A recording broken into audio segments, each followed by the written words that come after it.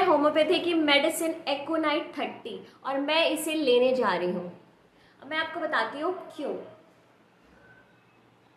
तो मेरे बेबी को पिछले 2-3 दिन से हुआ है कोल्ड कफ और आज पिछले 1 घंटे से मुझे भी थोड़ा सा थ्रोट में इचिंग सा लग रहा है और ऐसा लग रहा है कि शायद मुझे भी कोल्ड कफ हो जाएगा। इस मेडिसिन की मैंने 1 डोज ले ली है और अब मुझे कोई भी कोल्ड कफ नहीं होगा। ये बहुत ही ज़्यादा मैजिकल मेडिसिन है, बिलीव मी।